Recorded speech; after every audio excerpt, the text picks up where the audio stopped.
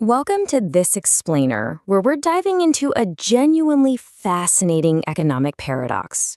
We all like to think of ourselves as incredibly rational creatures, right? Especially when it comes to managing our hard-earned money during tough times.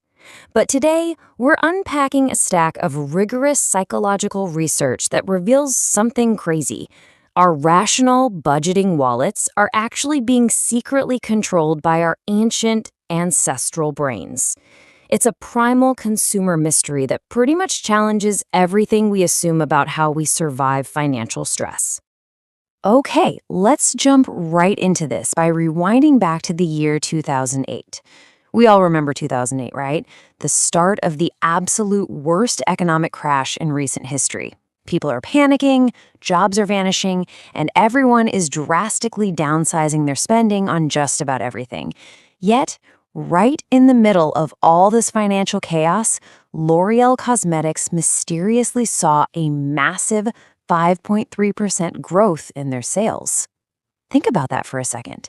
While the rest of the world panicked and tightened their belts, millions of consumers were actively choosing to go out and buy makeup.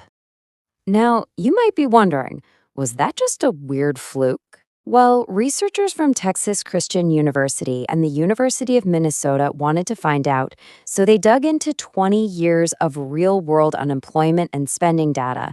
And what they found was a wildly consistent, kind of baffling pattern. When unemployment rises and times get tough, practical purchases like furniture, electronics, and hobbies absolutely tank. They drop like a rock. But spending on personal care, cosmetics, and clothing, it consistently soars. People predictably reallocate their shrinking budgets away from useful, practical items and pour it right into things that enhance their physical appearance. Journalists actually noticed this historical trend years ago and came up with a catchy name for it: the lipstick effect. The prevailing wisdom was always just, oh, people are stressed about money, so they just want a small, affordable pick-me-up. But honestly, that never really made logical sense. To uncover the real mystery of why people spend more on their appearance when they objectively have less money, we literally have to look past simple economics and turn to evolutionary psychology. So, the absolute crucial point here is something called life history theory. This is a foundational biological principle that tells us that all organisms, humans included, constantly have to make trade-offs. Basically, we either put our energy into long-term development, like building skills or our immune systems, or we shift our energy toward immediate reproduction and mating. And what triggers that shift? Our environment. When our environment becomes harsh, unpredictable, or scarce, like during a famine or, say, a modern economic recession, our biology unconsciously tells us to stop waiting around and immediately shift our energy toward mating efforts. When you apply this biological theory to human mating pools, things get incredibly interesting. From an evolutionary perspective, an economic downturn signals a severe scarcity of resources. Because of widespread job loss, the actual number of financially secure men in the dating pool drastically shrinks. It's simple supply and demand. When high-quality, resource-rich mates become scarce, the competition to secure them intensifies. This unconsciously prompts women to ramp up their competitive efforts so they can stand out in a suddenly much harsher mating environment. Which brings us to our forensic evidence. To test this theory in the lab, researchers brought men and women in and primed half of them with gloomy, anxiety-inducing news articles about the economic recession. The other half just read a neutral article about modern architecture. Then they measured their desire to buy different types of products. The core question they were asking was this: does a bleak economy actually change attraction and consumer desires? And this brilliantly illustrates the results. When primed with bad economic news, the guys reacted exactly as you'd expect. They wanted to spend less money across the board. They pulled back on everyday items and attractiveness products alike, just complete budget lockdown. But for the women, it was a completely different story. While their desire to buy practical items totally dropped, They showed a massive, targeted spike in wanting attractiveness-enhancing products. Things like lipstick and form-fitting jeans. The recession cues specifically triggered a powerful desire to enhance their beauty. But the researchers didn't just want to observe this effect. They wanted to prove the exact unconscious mechanism that was driving it. And through further analysis, they proved a very specific chain reaction. It goes like this. First, perceiving a bleak economy directly triggers a heightened desire for a mate who actually has resources. It makes total sense. When resources are scarce, a partner who has them becomes way more valuable. That specific desire for a stable mate is exactly what then triggers the urge to execute an attraction strategy by going out and buying beauty products. But hold on a second, because there is a massive media myth we need to bust right now.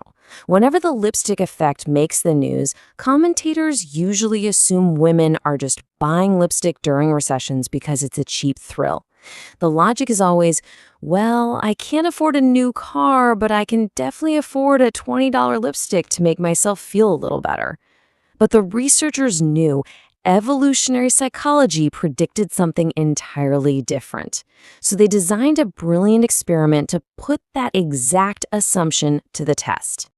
They offered women a lineup of different choices. They could choose wildly expensive luxury beauty products like Coach perfume or designer jeans. Or they could go for cheap discount beauty alternatives like a basic dress from a big box store. Finally, they offered them everyday cheap indulgences that had absolutely nothing to do with looks, like a gourmet cup of coffee. Think about it. If the media myth was true, the recession-primed women should go straight for the cheap coffee and the discount dresses, right? Well, the reality of what happened completely shattered that myth. For women who are primed with recession cues, the desire for cheap thrills like coffee completely plummeted. Their desire for discount beauty products didn't even move. Instead, their desire for wildly expensive luxury beauty products skyrocketed, completely crushing the cheap discount brands. When primed with economic hardship, women absolutely did not want cheap thrills. They wanted premium, top-tier beauty enhancers. This unequivocally proves the whole cheap indulgence myth is entirely wrong. A recession doesn't make women want cheap things, it makes them want highly effective things. Because their primal brains are shifting into a high-stakes competitive mating mode, they perceive luxury goods as much more effective tools for securing a high-quality, rare mate. To the ancient brain, you do not bring a cheap tool to a high-stakes survival situation. Perceived effectiveness entirely overrides the price tag. To truly undeniably isolate this primal instinct, the researchers ran one final test. They took the exact same pair of jeans and presented them to women using two very different advertising slogans.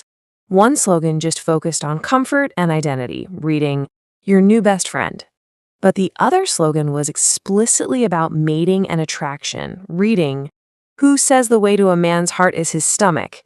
It's the exact same product, just framed in two completely different psychological ways. And the results were undeniable. The economic recession cues only increased the desire to buy the jeans when the advertising slogan explicitly promised a mating advantage. If the jeans were just promoted as comfortable, the recession cues actually suppressed the desire to buy them. This proves without a doubt that it's not just a general desire to go shopping to feel better. Our hidden evolutionary goals are literally pulling the strings. The product has to serve the specific, unconscious goal of mate attraction.